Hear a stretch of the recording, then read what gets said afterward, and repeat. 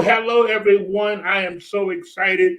I'm going to say that this is the day the Lord have made, and we're rejoicing and we're glad. We're so excited about our show. This is the beginning. We just kind of taking off on our talk show, How to Fix Your Life, and we're so excited. Our guest is already in queue, and we're excited about her coming on. I got to make one announcement, ministry's sake. We will be coming to what's this? Holy Temple Church of God in Christ, Prophetic Explosion Revival, 1 Quincy Street in Norwalk, Connecticut. That's Sunday, May 16th, 7 o'clock, and then May 17th through the 21st, 7 p.m. nightly. And the pastor is the Bishop Charles H. Brewer III. We're so excited about what God. Hello, those are coming on, those that are on other platforms. Let me go over here so I can see what we're doing. Okay. We're so excited. I've always wanted to have a talk show.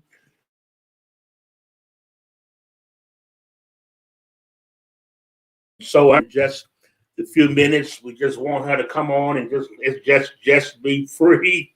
Hallelujah. We may ask a few questions, but she well knows what to say. So we're so excited about her. Thank you, Laura. Okay, I always do a little different backgrounds and screen, what you call backdrops, and so I get comments on my backdrop. Let's dive right in. Let me see. Any announcements? Of course, we'll be on tomorrow, Sunday night for Mother's Evening for our ministry page at 7:30 p.m. Eastern Standard Time.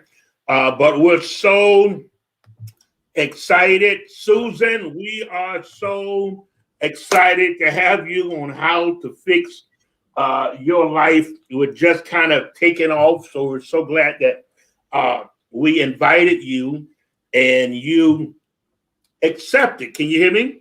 I can. Thank you so much, Apostle Hughes, for having me. Thank you so much. Thank you so much. All right. This is just an open. You can just be free. I've got a few questions, but let you go ahead on and introduce yourself. I was listening to your testimony on this evening on somebody on YouTube, and it was just so much energy. You introduce yourself. Come on, there you are. Thank you. I am so excited to be here. I'm very grateful for the opportunity to be here and speak and serve. My name is Susan McVeigh. I am a married mama of 2. I am a kingdom business builder. I come from a heavy corporate background in finance, so non-traditional sales, but I ended up being in the world of sales and sales leadership in particular until I had a major health crisis. I had a giant car accident in 2011 that subsequently left me with chronic pain, turned into fibromyalgia, chronic fatigue, IBS, a whole bunch of stuff. And in 2015, I had a breakdown as a result.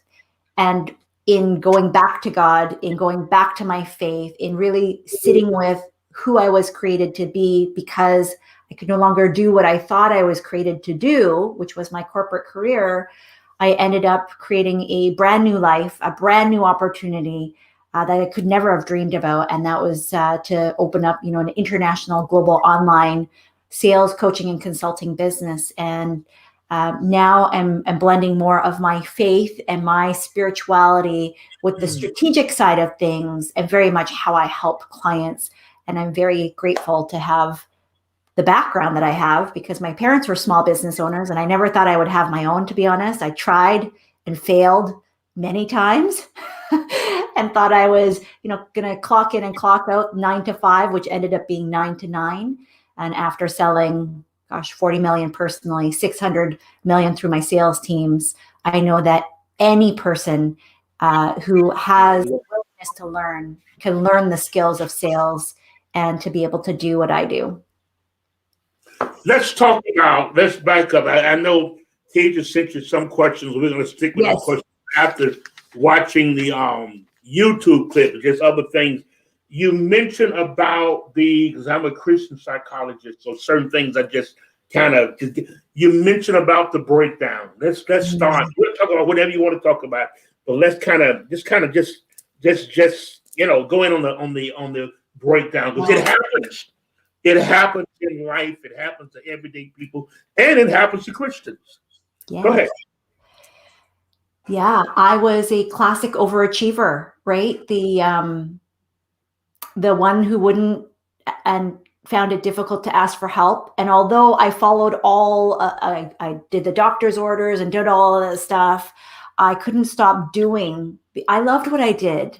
I love everything that I've had the opportunity to do. So I didn't have anything happen to me or for me because I was unhappy about what I was doing. But at the same time, when my daughter was born back in 2008, when I go back and I look at the signs, I was unfulfilled. There was something missing that I didn't know. And I felt like I was chasing after something. So I kept working harder and harder and harder and harder. And I had this car accident, and it should have been a sign for me to slow down, to take a pause, to just reflect on what really was important to me.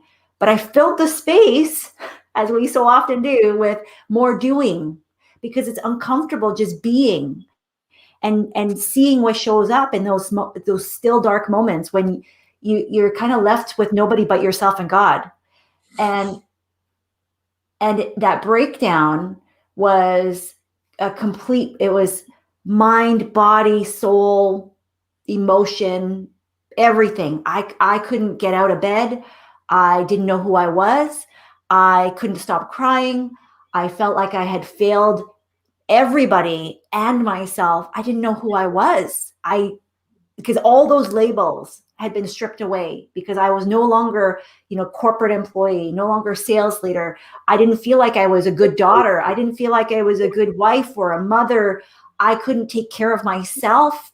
I didn't feel like I was worth anything because I couldn't do anything. And it was really hard because I questioned, and I'm grateful because I never had a moment where I thought I should just end my life. Yes. Right? Because I know lots of people get to that point where they think, will anybody miss me if I'm not here? Will anybody notice if I don't show up?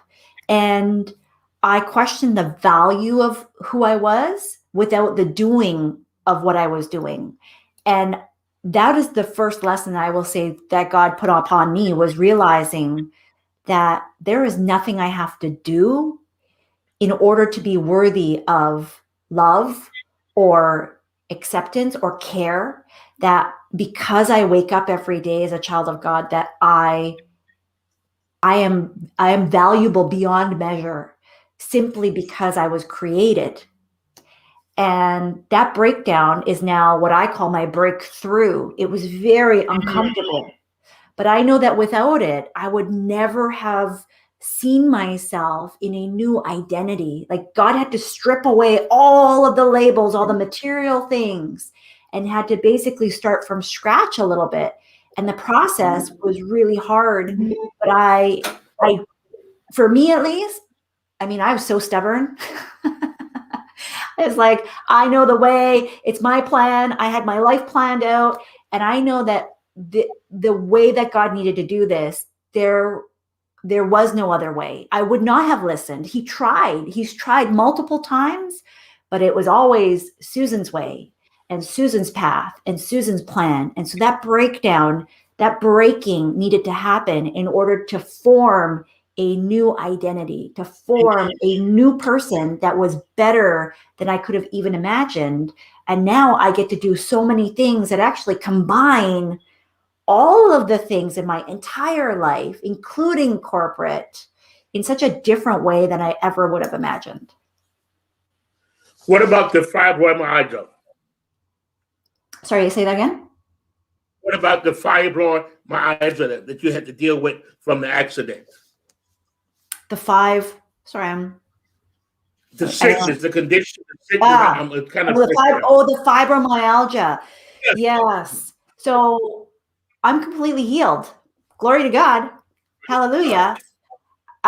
Within 2 years, I went from being bedridden, racked with pain, constant migraines, constant headaches, completely healed. Now I had to change my lifestyle. I had to reduce stress. I had to change my diet. I had to go back to just moving my body and really thinking about what am I ingesting, not only from food, but everything. What am I subjecting my thoughts and my beliefs to? And as a result, I'm very grateful because of the grace of God and following instructions, I had to create a customized plan for myself where I let go of all of that and really said, and I'm grateful because I didn't imagine that this would be possible. I thought that my life would be a constant struggle of a combination of pills or medication and treatments and not being able to do what I wanted, not being able to work as I wanted to. That's the life that I had kind of said, okay, I'm willing to accept that. And I want to inspire somebody because I feel like there's somebody watching today that needs to hear this. Let God use you. Let God use you. Because I'm going to tell you that the vision that I had for myself was I would go back to work and work 75% less, like, be at under capacity. I said, okay, I'm going to do less than. I'm going to be less than. I'm going to live a life that's less than because I'm willing to settle. Thank you, Jesus. And I just know that right now, if you're listening and you're thinking the same thing, that nobody thought that I could heal myself. Nobody thought that I could have a business. Come on. Because there's no reason, like all of the things that I've been able to accomplish, it's really it's a miracle. And I'm blessed to have it, but I'm going to tell you that I'm a living testimony of what's possible. Was it hard? Absolutely. Is it hard every single day? I fight for this place. I fight for my health. I fight for the glory to be able to say I am completely healed. But that comes at a price. It comes at me saying, at this point, I don't want to use medication because it does all kinds of stuff internally with my brain chemistry. But I used it and I needed it to get to this place.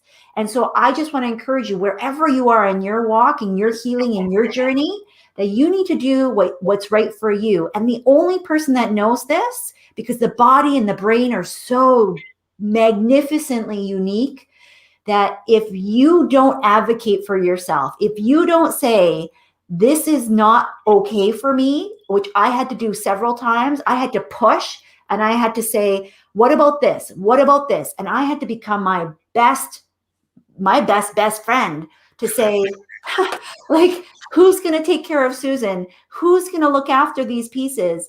And I had to do more research than some of the doctors, because unfortunately, for some of the things that we deal with, and this goes for anything, whether you're looking for spiritual guidance or business guidance or health guidance, relationship guidance, the only person that knows the full story is you and God, because God sees everything. But if you don't know you, then how can you expect somebody else to know you better? And so as much as I wanted to put the blame on my doctors, that they should have known, they don't know all this and they're treating me incorrectly, I had to take ownership. And the minute I did that, the control fell into my hands to be able to advocate and push back and to say, what about this? Can we consider this? I want to go here. I want to try this. And my doctors just kept saying, yes, yes, yes. And they followed along. And 2 years later, they said, I don't know what you've done, but this is amazing. This is amazing. Like, this is not possible. And I said, well, clearly that's wrong, because here I am. And it's only because of the grace of God being able to use me in this way. And I want to share this because he wants me to be used in this way to help somebody that needs this. So you don't have to be broken. You don't have to stay stuck. If I had been left to my own devices, I would still be lying in bed. Glory to God. Yeah. So you took control. That's so many things. You took control of your own life. I think I put something on Facebook yesterday that we have to be a part of our own rescue. Yes. Oh my gosh. Go ahead. Yeah. You took control. And that's all a part of people fixing their lives. And it's taking control of your life. I've learned this and I teach this. Prayer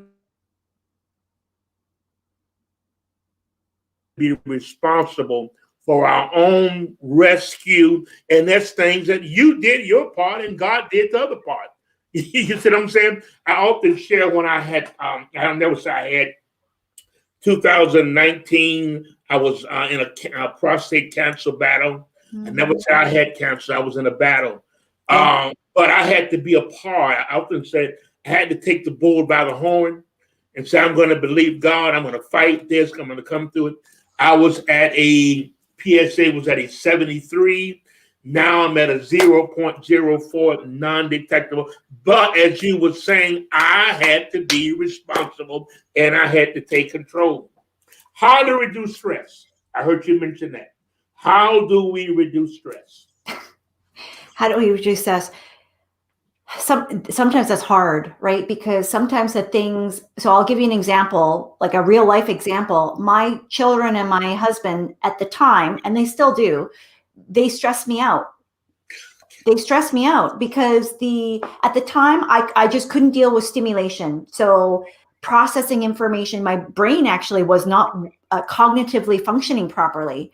So if we were in a room, full of people, it would almost be like I'm hard of hearing because Apostle Hughes, I would have to just really focus intently on you and like try and think, what are you trying to say to me? And sometimes it still pops up because if I'm not careful, if I'm tired or doing some other things, then my brain will kind of just, and as a result, my children, I mean, my kids are still not very old, but back then they were even younger. They hoot and holler. They make a lot of noise. They're messy. They're unpredictable creatures.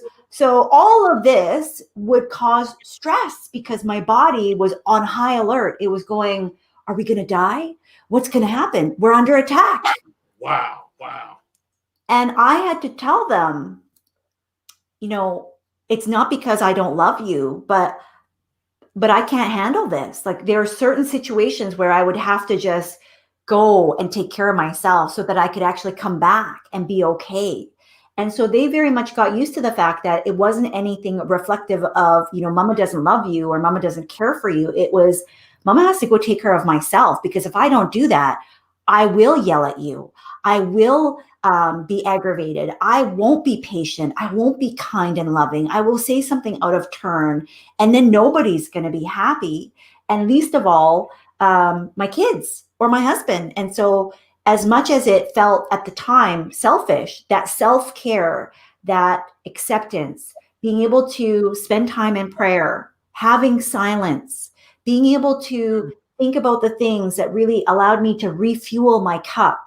And that took time, because I'm going to tell you that I, as somebody who's used to pouring out, which I think, a lot of servant leaders do this. My therapist asked me, she said, so what do you do for fun? And that simple question made me cry because I couldn't answer her. Wow.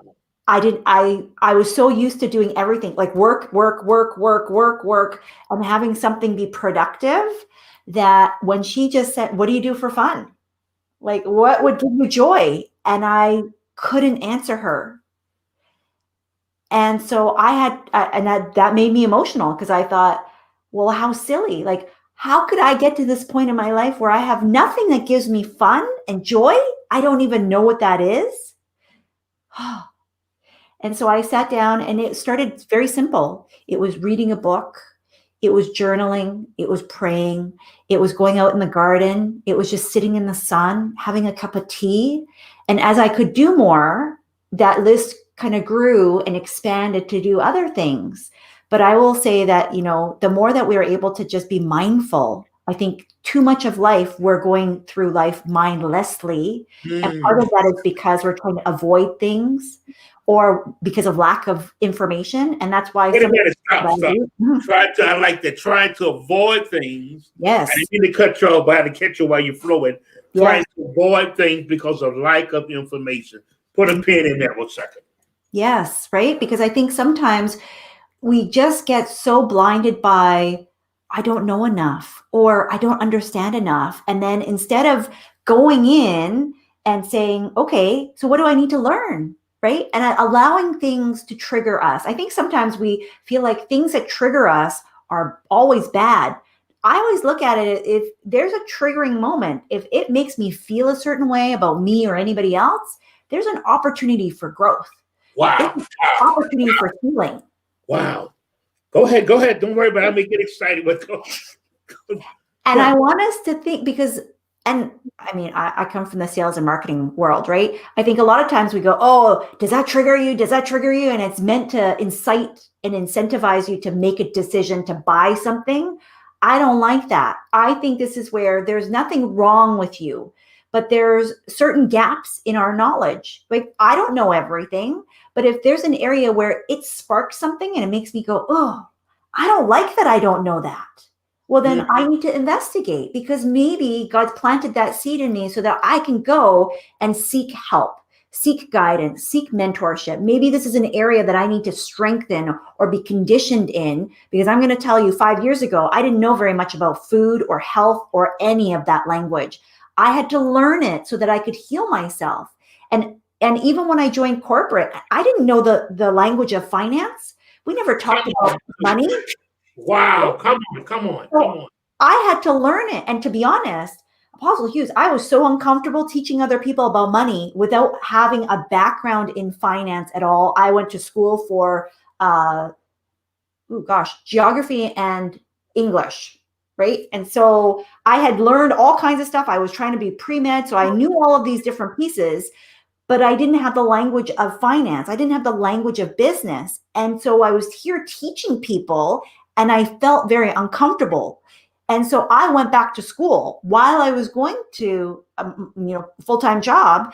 And I got a graduate diploma in business administration because I wanted to potentially do my MBA. I realized as I started to learn the language, because that was imposter syndrome. That was the enemy trying to make me small. Imposter syndrome. Go back. Yeah. Mm-hmm. Go ahead. Mitch, talk about that. The imposter syndrome. I mean, gosh, when you question yourself and you think, so here's the funny thing. Imposter syndrome usually doesn't afflict the less qualified. Okay. It affects the more qualified people. So I know if you're here and you're going, oh, that's me, and you're wondering, who am I to do this? Do I know enough? Am I going to be good enough? Is this going to be helpful for people? It's because you have a heart and you're called to do something. And God equips us with the knowledge and the tools and the resources that we need, just like he did for me, more than 20 years ago in corporate. He planted me in a place where I had to learn on the spot.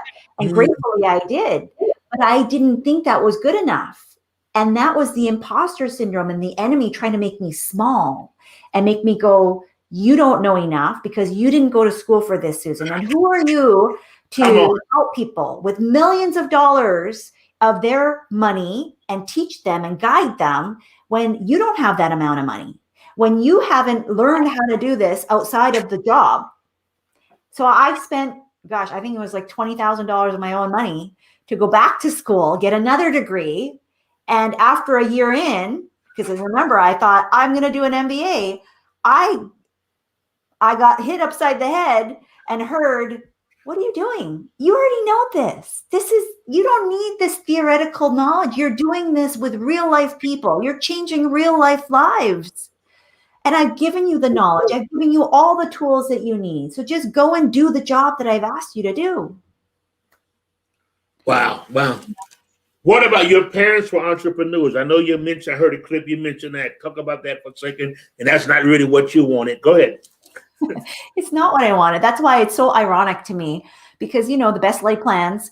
And here I am with my own business. And I never thought that was the path for me. When I grew up, my parents were immigrants to Canada, and this was pre-internet, this pre-live streaming, this is pre all of this. And they had a brick and mortar store, a convenience store, and they had multiple stores throughout my life. And I'm grateful because I learned the business and I learned the language of business through the lens of service with my mom and dad, because I was able to be at the store from the age of 7 upwards, being able to manage money, being able to serve clients, being able to educate them on the products and services that my mom and dad sold.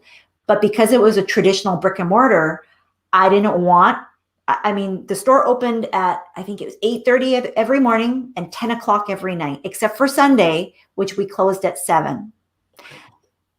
It's a hard life, right? Like to be on your feet all day long, to work that long. It was just my mom and dad. They had maybe a couple of employees through my entire life with them, here and there. And so to work more than 12 hours a day, that's hard. And I saw that. And for me, I just saw the hard work and effort. I saw the toil. I saw that they didn't get paid vacations, that we didn't have paid healthcare. Now I am in Canada, so we do get universal healthcare, but we still have to pay into it. There's all these things that I thought, well, life would just be easier if I just got to like go into an office, clock in, and then leave, and I get paid. I get paid if I'm sick. I get paid if I do a good job or not. It was easier for me. And so I didn't want to do that. Although there's signs along the way. I started my first business when I was 7. It was loaning money to my sisters. So money has always been around me. I know that I have an anointing for wealth and prosperity and teaching this. And so, it's been kind of all around me. I tried to run from it, and now I'm back into the world of business, running my own and helping other people build their own businesses. How do you help other people build their businesses? So mindset. Mindset is a big piece of this, right? For me, sales, 80% of the sales game it starts in here. It starts in here. It starts with your belief. Yes. And people chase after the strategy. And I teach strategy. I teach tactics. I teach principles, because everything that I did in corporate, working for such a large company, gave me access to tools that I would never have access to as a small business owner.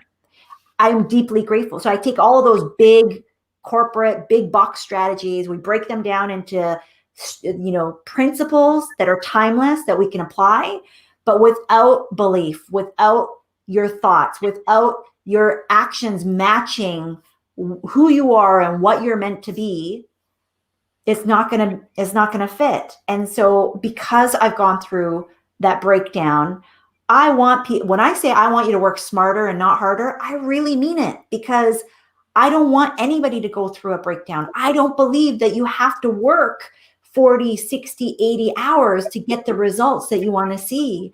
Now, it does take work. Building a business is hard. Make no mistake, because I think sometimes people paint the picture of you can sit on the couch and eat bonbons and stroke your fluffy cat, or, pet your dog all day and just pray and money's just going to fall out of the sky. No, that's not how it works either.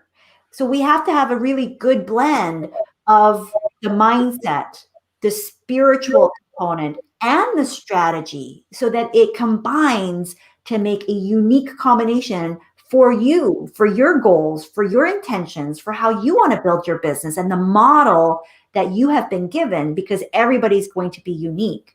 And so it's really important that, I think too often what ends up happening is that business owners take on other people's businesses without knowing, right? They go, it's worked for them, so it's going to work for me.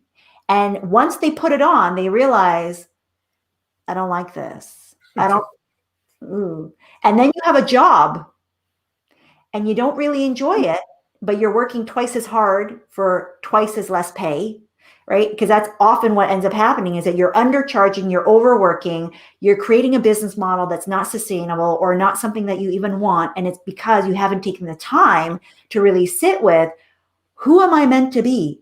What does God ask me to create? And if you co-create with God, it goes so much faster, right? So God is my CEO, and I'm a co-founder. So God goes first, I go second. I try to make sure that we match up as much as possible, because it is way easier to go in. And I think too many people talk about flow, but they don't tell you how to get in flow. For me, it's very easy. I flow after God. God goes first. I sit with spirit and I pray more than I actually do the actual strategy. Because if I pray, then God will give me the strategy. God will give me the direction. God will give me the timing of things. And then I lay on Okay, what do I know in the natural to accelerate this and to make it go? But the breath of God goes first. He has to blow and say, this is blessed, this is anointed, this is the thing that we need to do, instead of leading with man and then adding God as an afterthought, because I've done that and it doesn't work so well, right? And so I have learned the hard way that if I ask God to come in first, and if I invite the Lord every single day, and I always say this, and my clients, if they're going to watch this, they know I always say, on my busiest days, I spend more time in prayer. On my busiest days, I spend more time in prayer, because when I have God in front of me and behind me, I go faster in less time. And the things that are made more challenging suddenly, because remember, God can move mountains. We just have to command it. Come and on. Under the authority, Yes. if I just say, okay, Lord, like, you need to give me the path, instead of me going up and around and over, if he can give me a drill that'll just cut right through the mountain instead, why wouldn't I do that? But instead, we're beating our head and beating our head. Let me try this and let me try this. And I say, did you ask God? Did you ask God what he said? And so if we just take the time to pull back, and that's where it takes discipline, it takes diligence, it takes commitment, it takes conviction, it takes courage to say, Lord, I'm going to do your will and not my will. And in doing your will, my will is going to already be accelerated. And as a result, the mighty wind of the Lord is going to be breathed on it. And it's going to create that acceleration of speed so that it becomes suddenly lighter. It becomes suddenly easier. It becomes suddenly blessed in the way that it needs to come to pass. And I think sometimes when we know that we have a God-given idea and a God-given talent, and we sit there and we go, why isn't this working? It's because we haven't asked the Lord, how do we need to have this play out?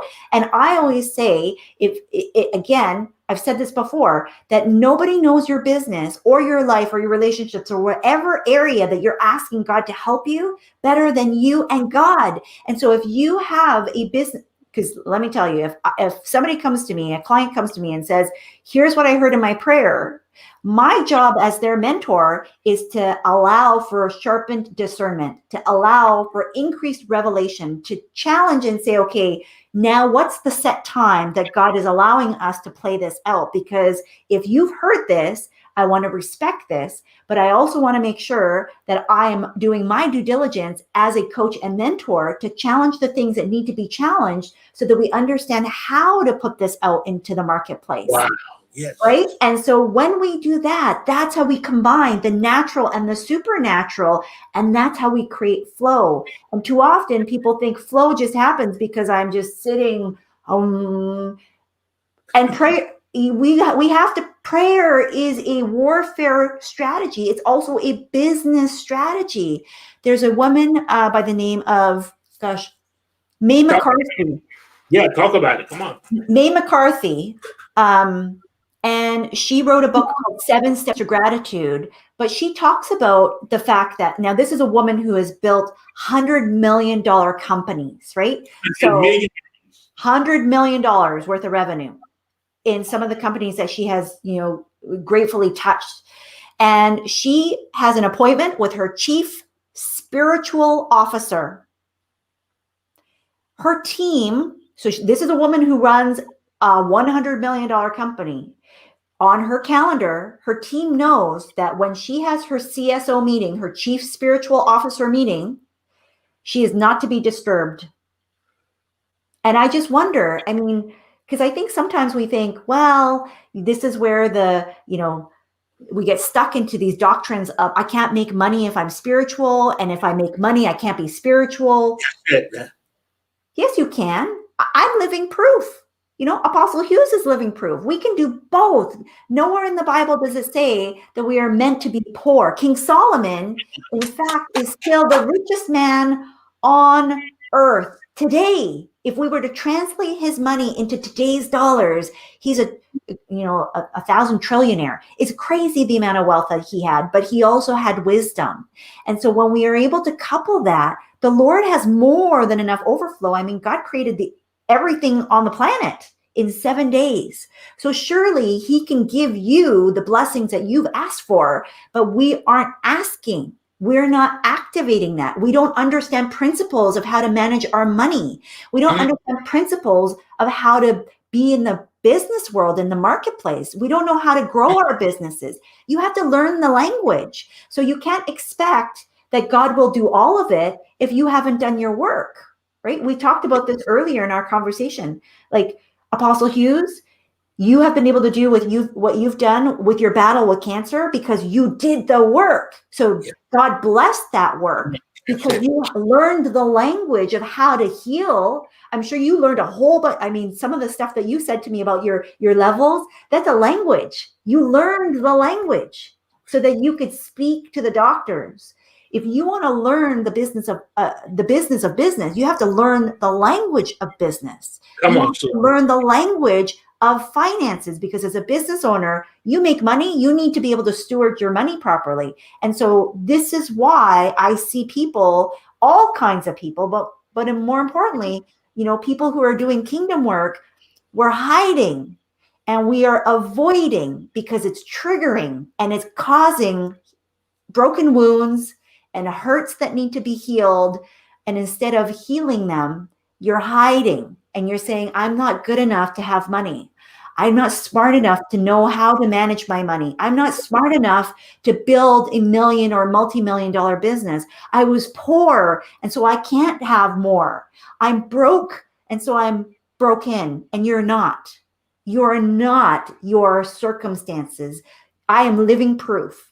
And I know, the reason why we started off our conversation with talking about my health journey, right? It's part of this. So I very much believe that we need to learn and normalize talking about money and talking about faith and talking about sales, and that nothing is bad or sleazy or dirty. Because I think sometimes all of these things that we've talked about can feel very taboo in the marketplace, and especially when we are spiritual entrepreneurs. And it's really important that we start to understand that we are all spiritual creatures. And if somebody can do it without God, then surely we can do it with God. What is the language of money? Pardon? What is the language of money? Oh, language of money. Well, language of money, first you need to actually look at your money. Right? Okay. So we need to understand debt is not bad, but the habits that can create debt can be bad. Say that again. Say that again. Debt is not bad. The habits that can create debt can be bad. And here's what I mean by that. If you are constantly avoiding it's like emotional eating, right? Because emotional eating and emotional spending go hand in hand. If you spend money to feel better about yourself, you will never find happiness. You will never be satisfied because money is not the solution. You think it's the solution, and after working with thousands of clients that have unfortunately climbed and dug themselves into debt after debt after debt, refinance debt after debt after debt, if you don't solve the root cause, which is that there's something else that's driving the behavior, you're never going to address it. So when it comes to money, you need to understand what's in your bank account. You need to know how to use credit. You need to know how to manage debt. You need to know how to invest, right? So you need to know how to save money, spend money, make money, use money. If we don't do that, the people who are winning are the ones who know that language. So I like that. I like that. So you have to know, and this is where you don't need to be an expert, but you need to know enough that you can manage it on your own. And then as a business person, you can start to outsource that to somebody else. Because I'm going to tell you, for most folks, even for myself, I don't do my own bookkeeping. I don't do my bookkeeping and I don't do my accounting. I could, but that's not a good use of my time because there is an expert who does that.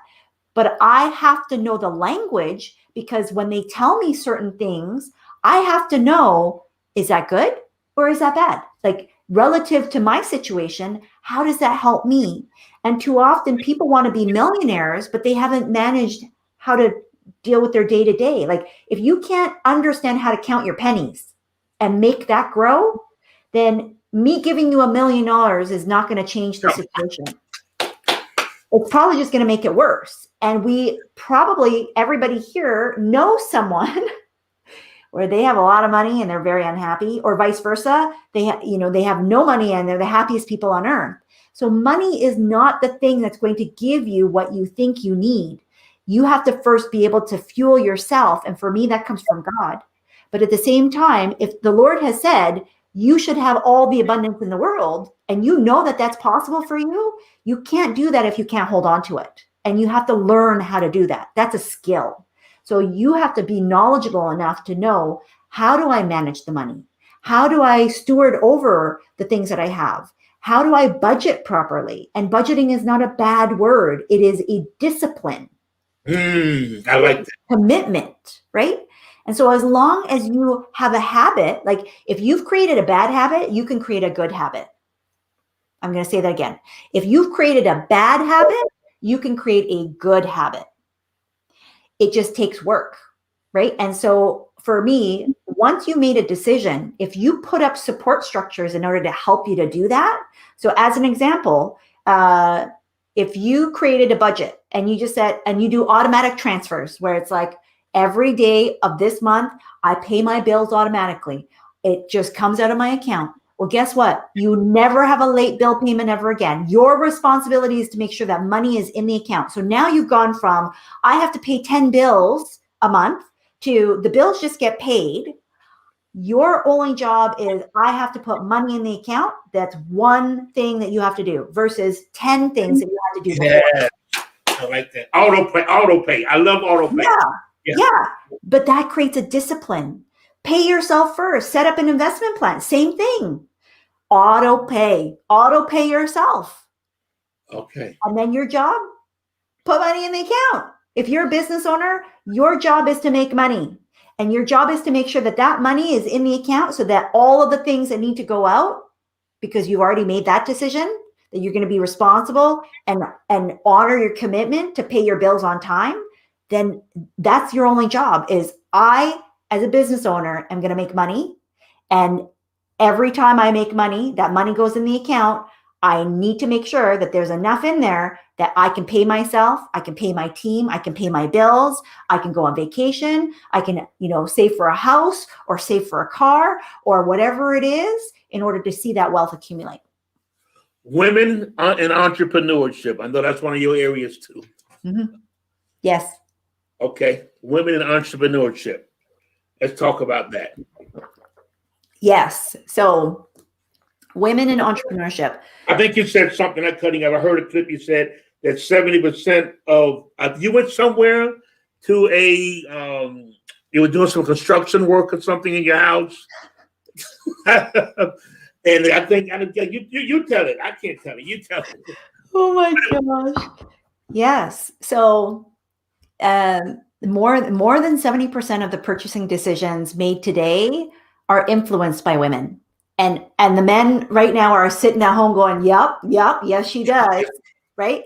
Because, and across the board, I want you to think the role that women play is that a lot of us are caregivers, whether it's for little kids, little people, or big people like our parents, our aging loved ones. And as a result, we're making decisions on what goes on their feet, what goes in their bodies, what goes on their head, what are they watching? All of these things, I want you to think, how many things are being bought every single day, right? And how many of those things are being influenced? And I think sometimes we as women are discouraged in entrepreneurship because we feel like there's a lot of men, and there are, but I'm going to tell you that the stats tell otherwise. There are far more small businesses being opened by women today, every single day, than there are men. Really? Yes, there's a huge opportunity.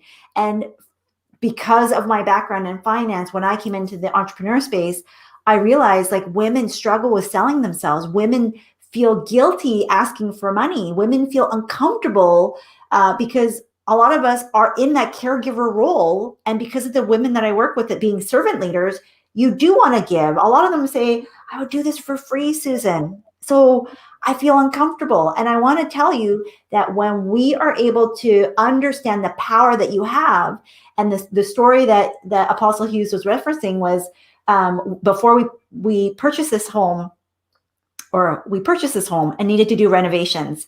And because I work from home and some of the things that were going on, I just have more flexibility with my schedule. My husband works from home, but he works a traditional 9 to 5. And to be honest, I'm just better at organizing these kinds of things. I just call a spade a spade.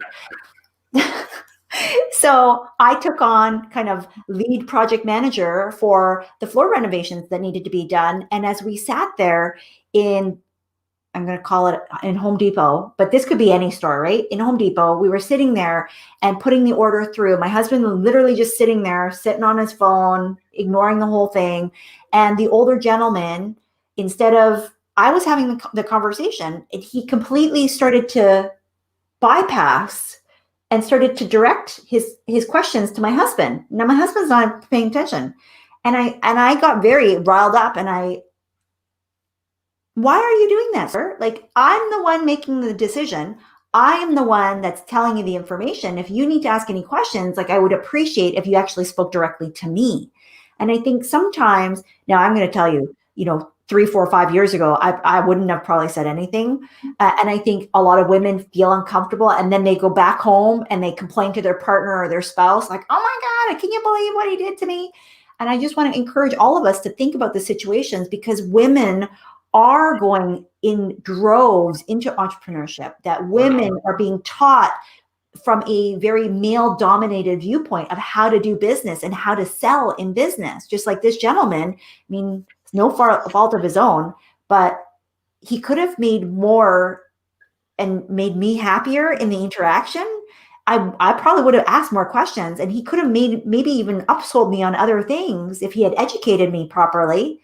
But I was so aggravated that I just wanted to get out of there. And I think we miss opportunities to serve our people, and for women to serve other women, or for men to serve women, knowing that we hold so much, like, women control so much money. Like, there's so much buying power right now that women are the gatekeepers to, that we really just need to understand, how do we impact in a different way?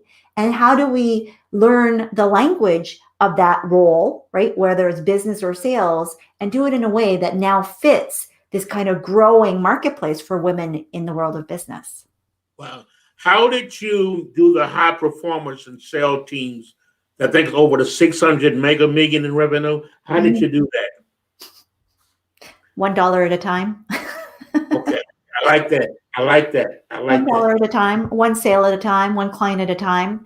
It's being consistent, right? And I think this is where, again, just like money and the language of money and finances, sales is a skill. So I didn't wake up one day and be a phenomenal salesperson or even a phenomenal sales coach. I learned it. And I know that one of the things that I do really well is to teach. And I break down complicated things into very straightforward, like, if you gave me 10 things, I'd say, okay, here's the 2 or 3 that are really essential, and here's how you would implement that. And I think sometimes people just overcomplicate things because they can. I like that. And because they want to be busy, right? And I think that the people that I serve, they have high work ethic. If anything, they work too hard. And I don't necessarily believe that we have to work as hard as we need to in order to get the results that we want. I think when you serve people from a place of education, from truth and integrity, did we win every single sale? No, we didn't. And in fact, I mean, I would tell clients, we're not the best deal. You're not getting the best offer right now. You should go with the competitor. And every single one thanked me. And even if they did go, because not all went, some of them just said, you know what, because of that, I'm going to stay with you. Thank you. But the ones that left, inevitably, as long as we maintain the relationship, and I just kept in touch with them. I kept adding value. I kept educating on what we could do, or the situation that was happening for them. They came back. And I just want you to know that, being able to be a high performer starts here first. I Right? like that. If you believe that you can achieve what it is that you want to accomplish, the other thing is to have the fortitude to be relentless in going after it, because selling and being in business means that you will face rejection. You will hear no's. Things will not work. Come But if on. you allow it to stop you, then you will fail, right? The only real failure is when you stop. And if you keep going, I guarantee you that you will find a way, right? Especially if you invite God into it. But if you have experts, if you have mentors, if you have people who have already walked before you, and then you add God on top of that, my goodness, that just blows up, right? Even bigger. And so I think sometimes, and I've trained people, gosh, everything from 18 to 64. Wow. All ages, all shapes and sizes, all backgrounds, all educational amounts. As long as you are a human being, you have everything that you need in order to sell well. And so anybody that's telling you that you need to be a certain personality, or you need to speak a certain way, or you need to dress a certain way, no. I mean, how I am today is, if you found me on the street, like literally I walked the dog in this morning. And so do I get dressed up too? Sure I do. But inside I'm the same person, right? And I think the more that you can allow yourself to be who you are and follow structures and follow frameworks that are proven for success. I have frameworks, I have blueprints, I have methodologies that have created that success over and over and over again. And I think as long as you understand that there, for sales in particular, there is a way that you need to ask questions so that people have space to answer, and that they're going to give you the information that you require as the expert to then connect the dots for them. And that's all that sales is. And so my team, we were all advisors, and we were in the business of consulting to make sure that people would make the best decision. We would then give them proposals of like, here's what I propose the solution is. And as long as we did a good job, just like a doctor would, of let me assess you, let me diagnose, let me then prescribe the solution. Because if you don't assess and diagnose, then how can you prescribe something? That's when sales becomes icky. And that's when people don't buy. And that's what created that success over and over again. Wow. Wow. How about selling yourself? It's sometimes the greatest fear, not you particular, but just people. And selling yourself. I come from this background, but this happened, that happened. So how do I sell myself? I struggled with this. I will be totally honest. Because you would think, oh, well, Susan, selling is so easy. It must be easy in your business. No, it's still hard. I'm still a human being. And I already told you that sales doesn't come naturally to me. I learned it. I practice it. I practice every day. I watch people and I look at what happens for them. And then I try to adjust it for me. Now, because I have so much experience, I can easily see the principles so that I can take what they're doing and I can apply it for me and for my clients. But what I want you to know is that selling yourself is... it's a challenge. We all trip up. And what I realized, here's the mindset shift that I want everybody to have, and it's going to go back to worthiness and value. Because I think sometimes, especially if you're selling something that you have created out of thin air, right? So if you sell an intangible, like a service or something that you're doing with or for people that it's really hard to articulate, right? Where you're giving them more confidence or a sense of peace or clarity, and you're like, oh, I don't really help them to do like an A, B, C, D, E, F, G. It's really hard for me to quantify that. When I first started, I kept hearing a lot of people say, charge your worth. And that's when I tripped up, because selling myself suddenly became a worthiness issue. And sales is not about worth. Sales is about value. It's a demonstration of value, and it's a demonstration of need. So if you're talking to the right person who has a need for your service or your product, that's number one. then you never have to feel like you're selling because they have a need. I like that. Right? The second piece is then I had to reframe this whole concept of sell, charge your worth, because if you remember what I said earlier, your worthiness is not dependent on what you do. That's the thing that God needed to work on me. He said, you are worthy, daughter, because I created you. And no matter what you do, you are still worthy. And so that means if I spend all day long just resting and at his feet, I am just as worthy as if I sold $1 million that day and anything in between. But sales then becomes about the value that you provide relative to the problem that you solve. So relative to the need. So if what you're selling that you created, right, you actually don't have to sell yourself. You're creating now a solution to a problem. I like that. Somebody else needs.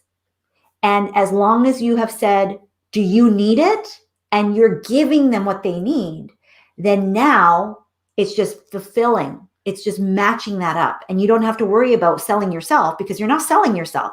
You're selling the solution and the value of that solution to who needs it the most. I just purchased your book today. I want you to talk about your book. Got a few more minutes. ABCs of Building Wealth. Talk about your podcast. Talk about your website. One sec. Okay, go ahead. We've been talking so much here, Apostle Hughes. I listened to you on Clubhouse, and it was wonderful. So tell them how to reach you on Clubhouse, your website, and get your book. I got your book today. Go ahead. Amazing. Yes, I am very grateful for that. And so I'll tell you the story of how the book came to be. Come on, tell it. I feel like somebody here needs to write a book. I wrote this book prophetically with the Lord. Now, I have natural knowledge and wisdom that did it, but the speed of this was 100% because of God, because I put it off, and people were asking for it on Clubhouse. So I'm across all social media at Susan McVey. My name is below because it's a little bit funky. How I say it and how you spell it don't quite match up. So just follow me on Instagram, on Facebook, on Clubhouse. Those are the main hangouts. The book, people kept asking because I was sharing what I knew from my background in corporate, and they were asking this information. And I said, I don't want to ask this. I don't want to answer the same questions over and over again. and so they said, write an ebook. And I said, oh, will anybody want this ebook? And they said, yes, we want this ebook. And so I still put it off. And then I heard the Lord say, you need to write the book. And so I sat down, and in the course of one day, I literally just sat with the Lord and just said, okay, what do they need to know? And that created ABCs of Building Wealth, because it is the basics and the foundational pieces that will help you to manage your money, to learn this language that we've been talking about. And this is what people want when they're trying to be millionaires. This is the exact thing that I did, and I still help people with. But this is the tool. There's spreadsheets and all kinds of things that will help you to manage your money and to understand it so that you don't have to be afraid of that. You can grab that at susanmcvey.com/wealth. And that they'll break it all down for you. And there's some resources in there for you as well. But yeah. Because we know God wants us. He's already given us wealth, or they're giving us the power to create. Wealth is something was created. You said one thing before you mentioned in one of your clips about manifest. Yes. How, because, my PhD in psychology, concentration in science of mind, you know what I'm saying? So Yeah. I'm all about manifesting and energies and frequencies and vibration. I love it. I don't stop. I mean, I keep going because that's what it's all about. It's getting on that right vibration. Go ahead, a few minutes before we go with that. It is. Well, here's the thing, because I think that sometimes, and I'm all here for it because I love what you're saying. And to be honest, a lot of the things that I've done, it is about, I changed my brain. right? So I changed my brain. Say it again. I changed my brain. So you can change your brain. My brain processes pain differently now than 5 years ago, or even 2 years ago. Every minute of every day, every interaction that I have with somebody and that you have with somebody has the opportunity to jumpstart you into a new way of thinking, a new way of being, a new way of manifesting. And so I think sometimes we get stuck. So our beliefs that we have right now are like a superhighway, because you have conditioned yourself to think and believe the same thing over and over and over again. And some of the things, so I have an activator anointing, like I activate people. And so I know that right now, somebody listening to this has been activated. Oh, where you're like, oh, I'm going to be a millionaire. I'm going to tell you, I set a goal of being a millionaire because I saw it on Oprah, and I saw a little lady who was a school teacher, never made more than $25,000, and she retired a millionaire. And I thought, gosh, I didn't even know that was possible. So I set my targets on, I'm going to be a millionaire before I'm 40. Because I needed to give myself some space. And so I did that. But here's the thing. The next million is happening faster and faster and faster and faster. And what I want you to know is that when you have this ability in you, because your brain is changing every single minute of every single day, that there is an opportunity for you to turn the thought and the belief that right now is a little old country gravel road, because that's what happens, right? Like the country gravel road is very little drived. Like you just put the buggy on there every so often. But if you put your attention to that belief, to that thought, I'm a millionaire, I am a millionaire, I am a millionaire, I am getting better. So my belief that I kept saying, and I still say it to this day, is every day in every way, I am getting better and better. And it was my saving grace. It was sometimes the only thing that I could say, even tear-stained, as I didn't feel that way. But man alive, I held on to that belief because it was the only thing that I could do. And still to this day, I still say it because I do get better. I get better in so many ways. And if you give your thoughts over to the highway that's like, I'm broke, I'm broken, I can't do this, I can't do that, I can't do this, I can't do that. That's a highway. Well, that's easy thought. It takes time to create the country road and to turn that into the superhighway. But the more you do that, the easier it gets. And I'm going to tell you that at some point, you're going to get to a point where you go, well, I can't.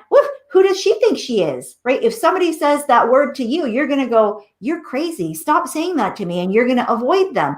That's when you know that you have manifested the full belief and the full power. And I think there's a combination of what we do in the natural and the supernatural. And again, I'm going to be respectful of time, but we get a few more minutes. Go ahead. We can go into this all day long, but let's go. It's up to you. Because with manifestation is in the Bible. So anybody right now that is saying, "Ooh, this is new agey, this is woo-woo," come on, Susan. Come on. In the Bible, and people have absconded with that, appropriated the language of the Bible for their own devices. And because they have done such a good job, we as believers have forgotten that it originates with God. God is the original manifester. Can you imagine creating the whole world in 7 days? Yes. But God could do that. But manifestation could do that because he spoke a thing and it became a thing. I'm going to say that again. He spoke a thing and it became a thing. So I want you to go back to Genesis. If you're not familiar with the actual structure of how God manifested, you need to go back and look at scripture in Genesis, because God did not just, I'm going to create this. No, he said, let there be light. And then there was light. And it started because words is all a part of our imagination. And I'm so glad, because I often say, he that created the universe have words without using your imagination. Yes. And that's with the imagination, nothing is impossible. And we are the presence of God on planet Earth. And I often talk about the Christ mind. It's what it's all about. Once we tap into the Christ mind, we begin to create. And you said one word I like: activate. Yes. Activate. Yes, absolutely. Because I think this is where we get it wrong, because we think manifestation is a passive process. Manifestation is an active process. It requires action, because once we have the imagination of the vision and we declare the thing, then we go into taking action in accordance with the very thing that we want to create. And so too often what we end up doing is that we are so passive and just, okay, well, if God just wants it so, then he will make it so. Well, yes, but No. We are creators. we are his creation here on earth, and he gives us the tools so that we can create in conjunction with him. And so when we do things in a God appointed manner, and we invite the Lord to allow us to bless the vision, so we create this vision in harmony with what God has created with us. And then we ask for the outlay of what it is that needs to come to pass. There's going to be certain things in that manifestation process that you do not yet have access to. That's when that prayer comes into play. That's when you can activate other people and start to speak out loud and say, hey, here's the vision. So I have a client who's about to open up her own firm, and she's, this is new territory. And I said, you need to speak the thing, because people are waiting, and God is positioning people in the wings, waiting to help you. But if you don't speak it, if you don't declare it, if you don't say what you want, he can't help you, right? And so, yes, there's supernatural suddenly occurrences that happen, that God Kairos moment. But at the same time, if you know that you have the instruction to open up your mouth, and this is the decade of the mouth, the Hebrew word. I love it. Right? Say it again. This is what? This is the Hebrew word for pay, is the decade of the mouth. We are in it right now. Yes. And so now more than ever, it is important that you declare and you decree and you ask for what you want. And we're going to wrap this around to sales. Sales is all about asking. You are asking people to take action. You are asking people to invite them into your programs. You are asking people to make a purchase. You are asking people to learn more about what it is that you offer. All of these things are just part of the process, but you have to open your mouth and speak the thing. And that is part of the whole manifestation process that the Lord allows us to have. And the science of this frequency, science is created by God. God gave us access to these tools. Now, again, if we start using them and relying on them or idolizing them, that's where we get into trouble.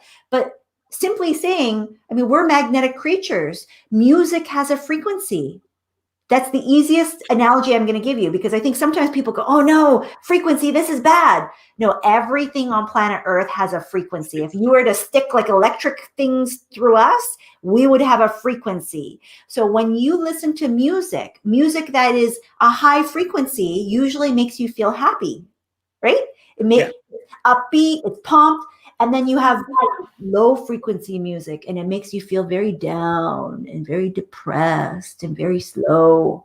And so when you think about just the energy of certain things, it can uplift or it can drag you down. That's how we manifest, because when we're feeling down, you don't want to do anything. But when you're feeling your most self and cheerful and giving and at peace and just like overjoyed, things come really easily. There's a reason for that, because then things are effortless. Have you ever been in a room and you noticed that there's somebody who energetically you just are like gravitating towards, and you're like, oh my gosh, I need to meet that person. And it wasn't because of anything that they said or did. It was because of how they were. And that's the manifestation of this frequency of what it is that we're putting out in the universe. But it starts here with you, with the manifestation of the creation in you that the Lord has planted. So when we're able to capture the natural and the supernatural and no longer be afraid of the very tools that the Lord has given to us, these are things that have been misappropriated by demonic forces, and we need to take them back and say, this is our territory, because God has given it to us. And believers need to have, again, this is about language, And Apostle Hughes, being the expert in this, you're like, goodness gracious, sit at his feet, dissect the word, understand what he's saying around this teaching. Because if you don't know what it means to manifest, to have certain frequencies, to be able to understand your mindset and the psychology behind the certain things that we are believing and teaching and counting on God for, and we think that that's all evil or bad. No, it's not. Bad people can use good things, and good people can do bad things. So we need to understand that everything that the Lord gives us is a tool that can be used for both good and evil. And too many times we hear people who are demonic or not godly who are utilizing these tools for fruit. Bad fruit, but it's still fruit. And instead, we are jealous. We are coveting their fruit. We want the results, but we're scared of the means. And we need to understand that if God created it and we have the ability to do it, then why aren't you, again, in line with God? So make sure that you pray and ask for his will and his and be obedient to that. But the words themselves are just words, and we are putting them up on a pedestal that they don't belong. Only God should be up there. And as long as we do what God's asking us to do, the tools and the means are things that he gives us to expedite the process. And it says creation is waiting for the manifestation. And that manifestation is for us to talk. Yes. It's for us to open our mouth. And because he didn't often say this, he didn't say we have what we pray it, but we have what we say it. So you got to imagine it, you got to say it, and Susan, we got to feel it, because it's feeling that if you got to feel it as if it's already happening right now. Yes. You start feeling, oh, it's gonna happen. No, I feel wealthy now. I feel healed now. I feel this, and once you feel it through the law of attraction, you draw. It's a frequency. It comes to you. It does. It's a different, I guess it's a greater concept of God that people have to understand, that he's not doing anything. It's already done. I did a scripture, before we go, Yes. Acts 3, when Peter and John said, silver and gold, we have none, but what we have, we give to thee. He didn't say what we're going to get. He told the man at the gate, what we have, we give to you. We already got it. And when people can realize that's the battle, not warring with God, or well, God won't give me this, it's once we hit the right frequency, it comes to us, because creation is.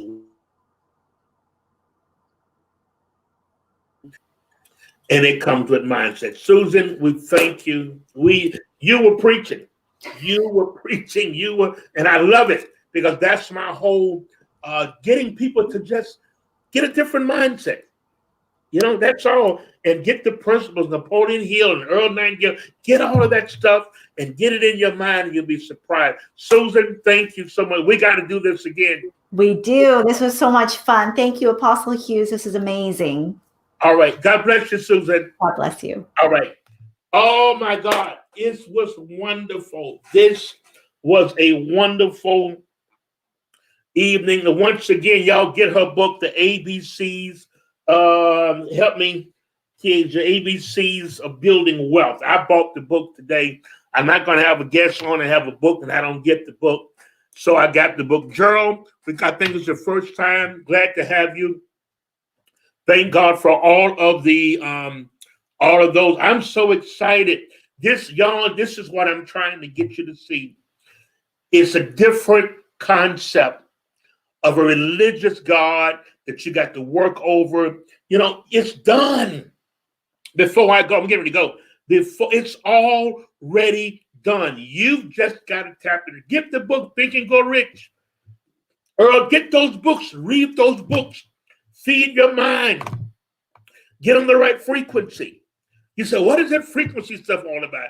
Oh, it's very simple. Everything has a vibration. Everything. You take a tree and put your ear to a tree, you're going to hear vibrations. What is that? The other thing you get from the ocean, and you put your ear to it. What is it called? A shell. I can't think what it is.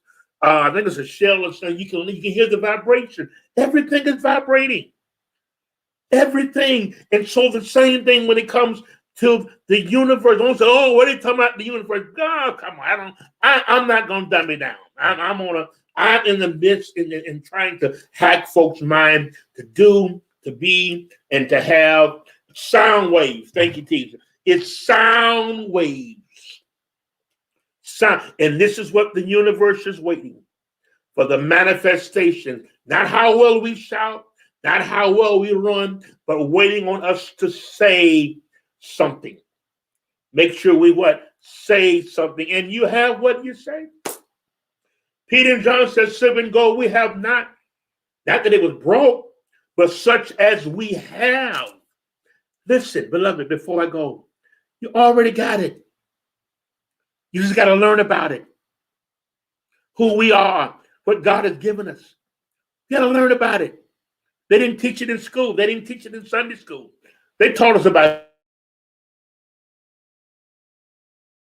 Jesus. That's the key. It's developing the Christ mind. Christ in you, the hope of glory. Let the same mind. So that means we have to thank all of those. We have to thank you. I read Think and Grow Rich twice. Read it over and over. You can get it on YouTube. Listen to this stuff over and over and over. I spend my days listening to stuff over because I'm trying to get to that one freaking. Yeah, thank you, Pastor Morrison. Depth and life is in the power of the tongue. That's just not for church folks. That's a principle. That's a law that's on earth. And this is why we're experiencing stuff we're experiencing. Why God allowed this. It's not so much what God allowed. It's more of what we have said and how we're thinking and what you feel. You ever wonder why God gave you feelings? I went through some years ago and I wondered, why God gave me feelings? And I learned. Because that's all a part of feeling that it's already done. Feel money. Feel your business growing. Hear people congratulating you. Look at the vans and trucks that you want, whatever it be. Feel it. See yourself being excited about your business. Feel it. Feel it. Jacob got the blessing because he felt like Esau. Feel it. You got to feel it. Things you believe in God for. Feel, pray, believing you receive. You shall have. It's already mine. I feel it. I feel millions, multi-millions. I see multi-streams of businesses. I see it. And I hold it there. And I keep that. The Bible said have the faith, the God kind of faith. You can't have faith without visualization. You can't have faith without confession. The power of life and death is in the power of the tongue. That's just not a scripture. That's a law. That's a system that was put on planet Earth that we went up against. And this is why we're seeing and experiencing. Can I say it again? This is why we're seeing, and this is why we are experiencing the things that we are experiencing. Why? Because the things that we've said. You got to come on, y'all. That's why I say those that come on and be a part of How to Fix Your Life or the prophetic ministry on Sunday night, you're on your way to if you get the principles. You're on your way to multi billions of dollars. Why? Because I'm giving you the principles. You didn't get this. You don't get this on Sunday morning. No. They don't teach about the Christ mind. You know, come on, somebody. They don't teach you how to think and how to vibrate. I'm going to do a series on that. You got to vibrate. And once you hit, it's so simple. Once you hit that certain vibration, through the law of attraction, things begin to come. You one with God. Y'all fussing with God. You're fussing with God. You're in battle with God. You're going to begin to go, well, God did. And God said, I'm here. The only thing you got to do is get in the vibration. The seed's in the vibration. The birds is in a rhythm. It's a rhythm. Everything in the universe is in a rhythm. He watched over the sparrows. He watched them. Well, God, where am I surprised? Because we're not in the rhythm. The sparrow, the eagle, the birds, the ants, everything is in rhythm. What's out of sequence? Man. Why? Because of our thinking and because our religious thinking and religious stuff that they put in our head and cause you to believe about yourself and have given you the wrong concept of the I am that I am. He said, tell him I am that I am. The God and the presence of God within you. An expression. You are an expression of, I said every day, I am an expression of God. I wish you said, I'm getting ready to go. I got 3 more minutes. I should have kept saying I'm going to go, but Susan, it got me really, I mean, my God. This is a great show. We've got some great folks. That's lined up, amen, on this show, that's coming on the show, how to fix your life, because you got to fix stuff, y'all. You can't pray stuff away. You can't shout stuff away. Come on, son, let's be honest. Can I say it again? You can't pray stuff away. You can't shout stuff away. You can't high-five stuff away. You can't stay on the phone with prayer partners, getting stuff to know. You got to fix it. And there's something you're facing tonight. I get ready to go. You got to identify the elephant in the room, the problem. And there's stuff that you got to fix. You heard her talking about stress and all of that. You heard it. You're stressed out because you won't fix stuff. You're pulling your hair out because you won't fix stuff. Because you were told prayer gonna fix everything, God gonna fix everything. That's not true. That's an Apostle Mark. You got to do something to fix it. Fix it. Your health, take care of yourself. Oh, I'm going to be all right. Take care. Your body, your flesh talks to you. Your mind talks to you. Your spirit mind talks to you. And your body talks to you. 24/7. Inner conversations. Your flesh talk. Get you to go out and do something you're supposed to do. Your natural mind, your carnal mind talks. Spirit man talks. And your body talks. You're eating too much. Cut back on this. Yeah, listen. You're going through the emotional thing. You're eating. You're trying to eat your emotions. You're trying to eat your problem away. It's good. Oh, thank you. Thank y'all for being on this show, How to Fix Your Life. And this is what I'm developing even more. Sunday is prophetic anointing, but, I never know what I'm going to do when I'm going to do it. But I'm just saying, I'm giving you tools. And if you listen to me, look at me before I go. If you listen to me and follow instructions and get these principles, you're on your way to being a let's start with the millionaire and then we go to the billionaires. As Susan says, start with the pennies every day. Let's do the pennies every day, then we go to something greater. But if you follow me, you're on your way. Your dream's going to come because I know the principles. I taught this stuff 30 years ago. But I let church folks and preachers taught me out of sharing it. One of the greatest experiences I had, I was living in St. Louis. I got to tell you this before I go. Apostle Morrison, I had reached out for Reverend Ike to come and preach for me. 2 nights. And one of my spiritual pops, T.L. Barrett, made the connection. If you want to really get inspired, listen to Reverend Ike. He's gonna hack your mind. Go to YouTube, listen to it. And that's when I began to become on my self-discovery and realized that I had to change my mindset. And back then, he was popular, filling the Madison Square Garden in places.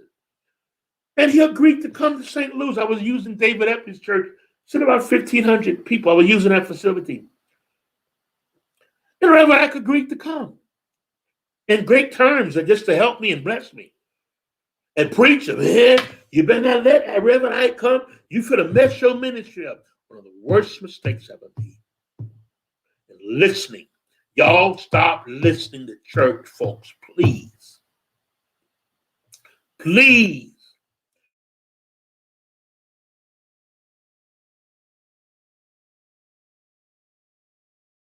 The box. You'll never accomplish it. You'll never accomplish anything. Please. And I don't get into all the church circles and going here, going preaching here, going preaching there, because I really find out they don't want truth. They want to be entertainer. And it's too much work. You know, you can't do it in a night or two. It's too much work. Trying to get to their mindset. It's been wonderful. It's been wonderful. Let me put this here just in case somebody wants to sow. You can sow a seed. All right. We're so thankful. I appreciate y'all so much. Mother's Day is what, Sunday? Sunday is Mother's Day. And that's what the Lord give me. I want to minister to that. That's what thank you, Lord. I think I want to minister to the moms, those that got children. I'm going to comment. I tell you, let's do this. Let's do this Sunday. I'm going to minister to the mothers as you come on. And in the comment section, I want you to put your children's name on the comment section. And we're going to believe God. Many times God will give me a prophetic word for that person. You got 3 kids, Mary, Jane, Paul. You're going to put Mary, Jane, Paul. And prophetically, I'm gonna believe the prophet God's going to let me speak concerning your children when I see their names on the screen. Amen. Thank y'all so much. We appreciate you. And it's been a one. I hate to go. I hate, and Susan could have stayed on, but I didn't want to hold her up. But it's good. Get wisdom. Study about the mind. Change your mindset. Can I say it again? Get wisdom and learn about the mind, the Christ mind. Learn about frequencies and vibration. Once you get on the right vibration, stuff starts coming to you. Once you hit the right vibration, stuff draws. It's called the law of attraction. Every seed reproduces after its own kind. Okay? Thank y'all so much. We'll see you Sunday, 7:30 p.m. Eastern Standard Time. And remember, you got to fix your life.